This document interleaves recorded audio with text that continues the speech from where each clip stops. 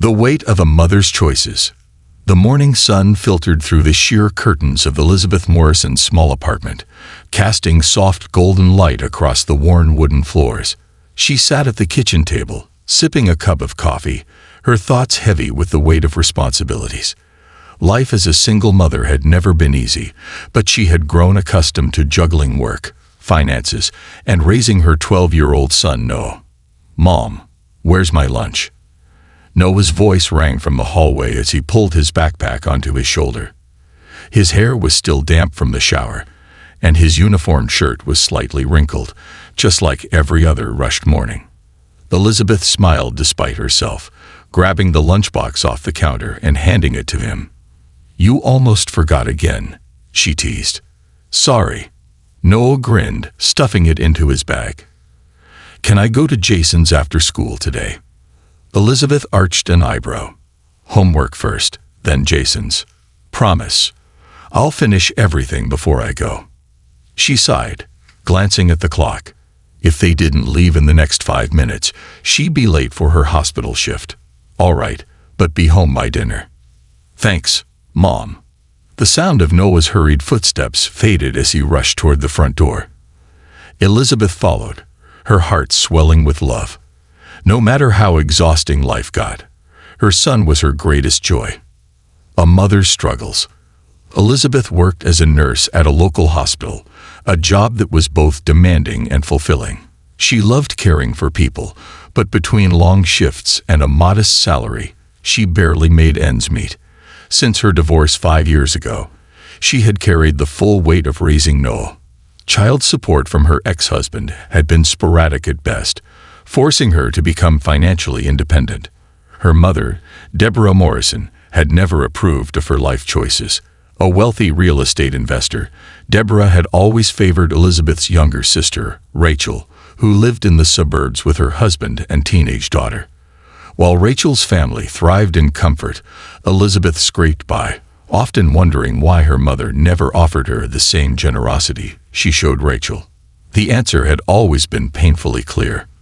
"You've always been too independent," Deborah would say. "Rachel needs help more than you do." It never made sense. How could a comfortable, financially secure family need more help than a single mother struggling to raise a child? Still, Elizabeth had long since given up on seeking fairness. Instead, she focused on the only thing that mattered: Noah's happiness and future. A call that changed everything. That afternoon, between checking patient charts and responding to emergencies, Elizabeth's phone rang. She barely glanced at the screen before answering. "Ellie, it's me," Rachel's voice came through. Elizabeth felt a twinge of surprise. Her sister rarely called unless she needed something. "What's up?" Elizabeth asked, glancing at the time. She only had a few minutes before her break ended. "Mom's birthday party this weekend," Rachel said. "Can you help with the arrangements?" Typical. Elizabeth hesitated, already feeling exhausted just thinking about it. "What time should I come?" "Be here by 10. "Oh, and one more thing," Rachel added. "Mom wants to discuss Emma's study abroad plans." Elizabeth frowned. Study abroad. "She's considering sending Emma to England for a prestigious program," Rachel said excitedly. "Mom wants to support her financially." A cold, familiar feeling settled in Elizabeth's stomach. When Noah had asked about college a year ago, Deborah had simply told him to look for scholarships. Now she was willing to fund Rachel's daughter's overseas education. Elizabeth clenched her jaw, but forced herself to stay composed. "I see. I'll be there on Saturday." She hung up, her heart a storm of emotions. Her mother had always favored Rachel, but this, choosing to fund a luxurious education for one grandchild while ignoring the struggles of the other. It stung in ways Elizabeth couldn't put into words. A mother's worst fear. Just as Elizabeth was about to resume her work, her phone rang again. An unknown number flashed across the screen. "Hello. Is this Elizabeth Morrison?" A tense, unfamiliar voice responded. "Yes, this is she said, suddenly on edge. "This is Nurse Smith from Central Middle School. I'm calling about Noah." Elizabeth's entire body went cold. No, she whispered. What happened? He was in an accident after school, the nurse said, her voice firm but kind. He's been taken to St. Mary's General Hospital. We need you to come immediately. Everything around Elizabeth blurred. Her heartbeat thundered in her ears. Noah, her voice cracked. What kind of accident? Is he okay? He was hit by a car while crossing the street, the nurse explained. The hospital can give you more details. Elizabeth didn't remember hanging up. She didn't remember telling her supervisor she had to leave. All she knew was that she was running to her car, running through red lights, running on pure, desperate fear, a desperate plea. Elizabeth burst into the emergency entrance of St. Mary's Hospital, barely able to catch her breath. I need to know about Noah Morrison.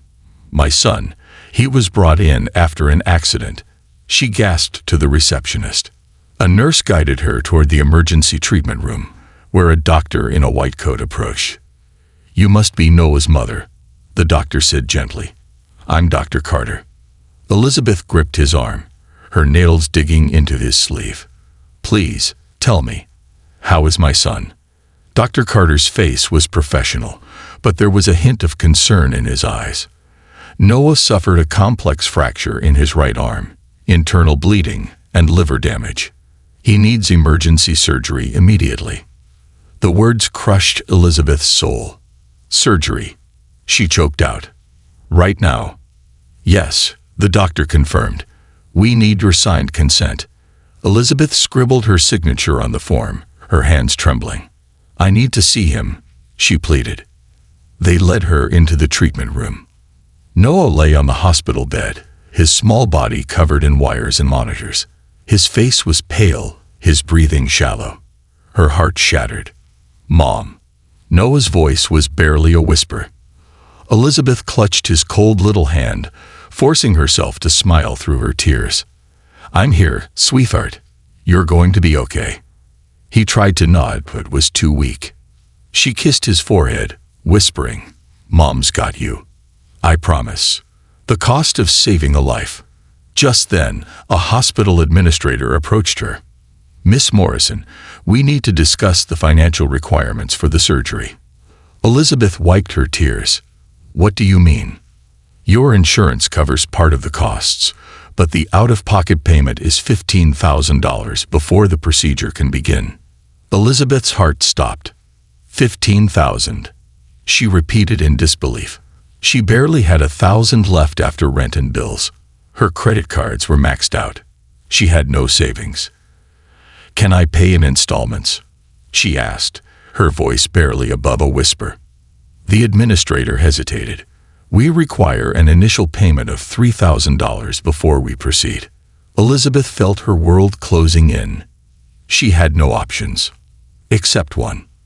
She pulled out her phone, hands shaking as she dialed a number she had never wanted to call for help. Her mother. Hello, Ellie. Deborah's voice was calm, as if nothing was wrong. Mom. Elizabeth's voice cracked. Please, I need money. Noah. He's in the hospital. He needs surgery, and I. A pause. Then, Deborah sighed. I'm sorry, Ellie, she said. I can't. Elizabeth felt like she had been punched in the gut. Mom, please. Noah's life.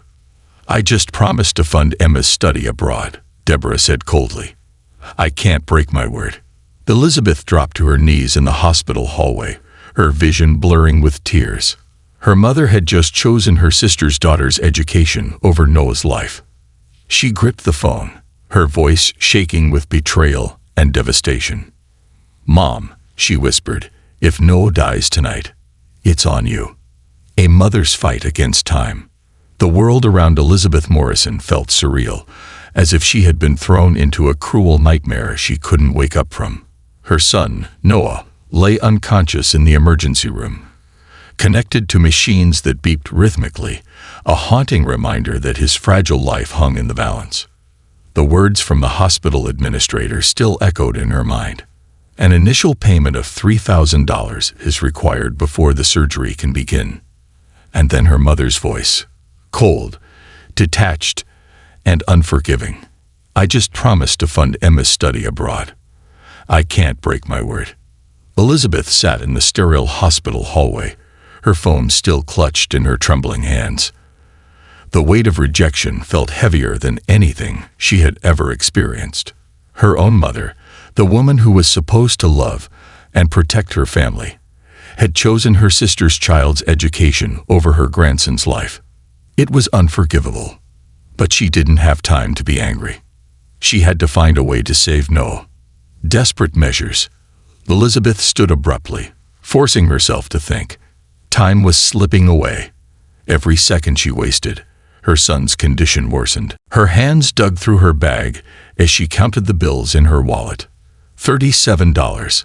A laugh, hollow and filled with despair, escaped her lips. It wasn't even enough to pay for an X-ray, let alone surgery. She tried calling her ex-husband, Greg, but the number had been disconnected. No surprise there. He had disappeared years ago, his responsibility evaporating with him. She could call friends, but who had thousands of dollars just lying around? Her heart raced as an idea flashed through her mind. Her boss. It was humiliating to beg, but Noah's life was worth more than her pride. She quickly scrolled through her phone and dialed the number of Dr. Patel, the senior physician at her hospital. He picked up after the first ring. Elizabeth.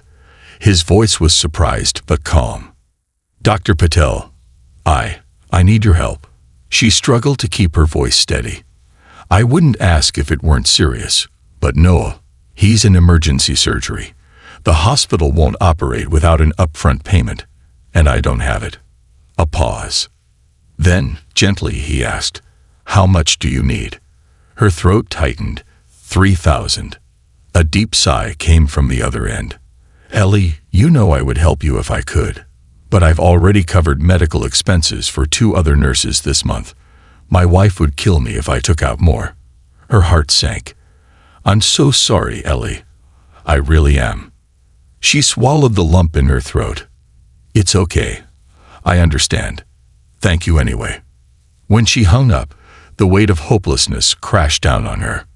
She had no savings, no one to turn to, no time. The unexpected savior. Tears blurred her vision as she collapsed back into the chair. She had failed. Then, a soft voice broke through her despair. Ellie. She looked up and saw Rachel standing there. Her sister, the golden child, the one who had always had everything handed to her. Elizabeth wiped her face quickly, unwilling to show her weakness. What are you doing here? Rachel hesitated before stepping forward. I heard about Noah. Elizabeth let out a bitter laugh. Oh, from who? Mom. The same woman who just told me she couldn't help because she was too busy funding Emma's fancy school trip. Rachel bit her lip and looked away. She told me. Anger flared in Elizabeth's chest. And what? You came to rub it in. Rachel shook her head and did something Elizabeth never expected. She sat beside her and held her hand. Ellie, I didn't know, Rachel admitted, her voice shaking. When Mom told me about Noah, she made it sound like everything was under control. She didn't tell me she refused to help. Elizabeth pulled her hand away. Well, she did. She picked Emma over Noah. As always. Rachel exhaled shakily. That's not fair. Elizabeth snapped. What's not fair is that my son is dying, and our own mother won't lift a finger to save him. Rachel went silent for a long moment before pulling out her purse. Without a word, she pulled out a checkbook. Elizabeth's breath caught in her throat as she watched her sister scribble something down. Rachel tore the check from the book and held it out. Elizabeth blinked. $10,000. Her fingers trembled. Rachel. Rachel squeezed her hand. Take it. Save Noah. Elizabeth's chest tightened. She had spent years resenting her sister, believing she was just as selfish as their mother. But in this moment, Rachel was her savior. Without another word, Elizabeth took the check and ran to the hospital administrator's office. A mother's last stand. The surgery began immediately. Elizabeth sat outside the operating room, her hands clasped together so tightly that her knuckles had turned white. Every time the doors swung open, her breath caught, but no one came out with news. Minutes stretched into hours. Rachel sat beside her in silence, neither of them speaking, both waiting for the same miracle. Finally, the doors pushed open, and Dr. Carter stepped out. Elizabeth shot to her feet. "How is he?" Dr. Carter's expression was calm, but his eyes were tired. "The surgery was successful. We were able to stop the internal bleeding and stabilize his condition. He'll need physical therapy for his arm, and recovery will take time, but he's going to be okay." Elizabeth's legs nearly gave out. Relief crashed over her like a tidal wave, and before she could stop herself, she broke into sobs. Rachel caught her before she fell. Dr. Carter smiled gently. "You can see him now." Elizabeth rushed into the room. Noah lay in the hospital bed, still pale, but breathing steadily. His right arm was in a cast, and an IV was attached to his small hand. She sat beside him, brushing the hair from his forehead. His eyes fluttered open. "Mom," he whispered. Elizabeth smiled through her tears. "I'm here, baby." His small fingers weakly squeezed hers. "I knew you'd fix it." She choked back a sob. Always, as she kissed his forehead, she realized something for the first time in her life. She didn't need her mother's approval. She had fought this battle on her own. She had won. And Noah was alive. That was all that mattered. The breaking point and a new beginning.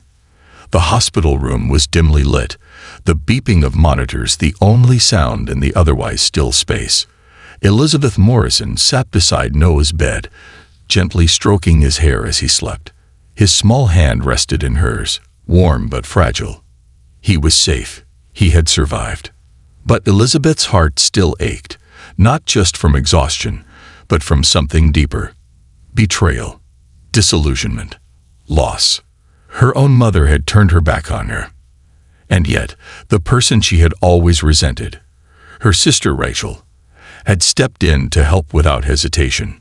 Life was unpredictable that way. Elizabeth exhaled slowly, staring at the sleeping face of her son. He had always been her greatest source of strength. And now, more than ever, she knew she needed to be strong for him. A soft knock at the door broke the silence. Rachel peeked in, hesitating. "Hey, can I come in?" Elizabeth nodded, motioning for her to take the seat beside her. Rachel sighed as she looked at Noah. He looked so peaceful. It's hard to believe. After everything that happened today. Elizabeth swallowed. "Yeah." A heavy silence stretched between them before Rachel finally spoke again. "I know you probably don't want to talk about it, but I need to say this, Ellie," she said softly. "I didn't know what Mom did until you called me. I had no idea she was using Emma's study abroad as an excuse. I thought she had actually paid for it. But when I asked Michael, he told me his company covered everything." Elizabeth nodded slowly. She had already pieced that part together. Rachel clenched her hands into fists. "I confronted Mom when we were on our way here. I asked her why she lied. Do you know what she said?" Elizabeth looked at her sister, waiting. Rachel exhaled sharply. "She said she was too ashamed to tell us the truth." Elizabeth frowned. "The truth?" Rachel nodded. "Mom doesn't have money anymore. She's in massive debt. The South Side real estate project she invested in went under. She lost everything." "Ellie." Elizabeth stared at Rachel, stunned. For as long as she could remember, Deborah Morrison had always been wealthy, powerful, untouchable. She had never needed anything from anyone. Now she was broke. Rachel continued, her voice bitter. "She told me she thought if she just acted normal and kept up appearances, everything would work out. She said she didn't tell you because she knew you'd look at her differently." Elizabeth let out a dry laugh. She was right about that. Rachel sighed. "I don't know what to think, Ellie. Part of me feels bad for her, but another part of me can't forgive her for what she did to you today." Elizabeth leaned back, closing her eyes. I don't think I can either. Rachel hesitated before reaching into her purse and pulling out a folded envelope.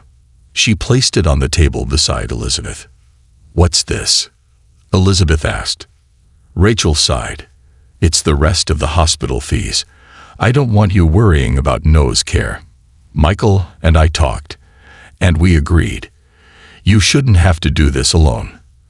Consider it a gift. From me. And from someone who should have done better as a mother." Elizabeth stared at the envelope, emotions swirling inside her. Gratitude, pride, and something she never thought she would feel toward Rachel. A sense of true sisterhood. For the first time, she reached for Rachel's hand and squeezed it. "Thank you." Rachel smiled, tears welling up in her eyes. "Noah deserves the best, Ellie, and so do you." The final confrontation. A few days later, Elizabeth sat in the hospital cafeteria, stirring a cup of coffee that had long since gone cold. She had barely taken a sip, too lost in her thoughts. Then, the chair across from her pulled out. She looked up. Deborah. Her mother looked nothing like herself. Her hair, usually styled to perfection, was unkempt. Her designer blouse looked wrinkled, her jewelry minimal. Most shockingly, her eyes were red and swollen, as if she had been crying for days. Elizabeth's first instinct was to stand up and walk away, but something held her there. Deborah cleared her throat. "How's Noah?" Elizabeth's voice was flat. "Recovering. He'll be okay." Silence. Then, Deborah took a deep breath and said something Elizabeth had never expected to hear in her entire life. "I'm sorry, Ellie." Elizabeth froze. Her mother, the woman who had never admitted fault in anything, was apologizing. "I was wrong," Deborah continued, her voice raw and broken. "I was selfish, and I made a terrible mistake. I don't know how to fix it, or if it's even possible to fix." Elizabeth's grip tightened around her coffee cup. "You can't fix it." Deborah flinched. Elizabeth exhaled. "Noah needed you, Mom. I needed you. And you left us. You chose your pride over your own grandson's life. That's not something I can just forget." Deborah nodded slowly, her hands shaking. "I don't expect you to. But I need you to know, I regret it. Ellie, more than I can put into words. I would give anything to take it back."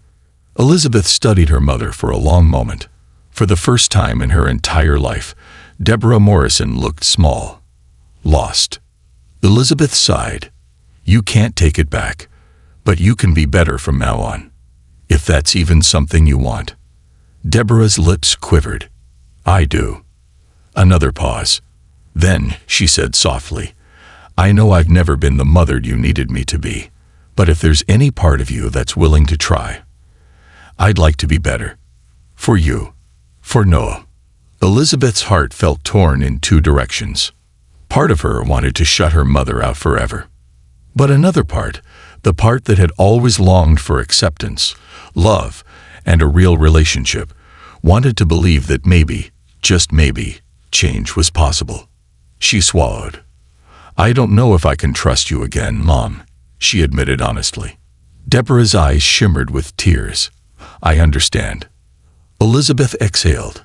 "But Noah deserves family. If you want to be in his life, you have to prove yourself. No more money, no more games, no more control. Just be a grandmother. And if you ever put him second again, we're done." Deborah nodded. "I won't. I promise." Elizabeth finally let go of the breath she didn't realize she had been holding. Maybe this was the start of something new. Maybe not. But for the first time in a long, long time, she was willing to see where the road led. Because she had already learned the most important lesson of all. No matter what, she and Noah would be just fine. With or without her mother. This concludes the story. Thank you for watching until the end. I hope you found it enjoyable. If you did, please consider liking the video and sharing it with your friends. Don't forget to subscribe to our channel and activate the notification bell for more captivating stories. Have a great day.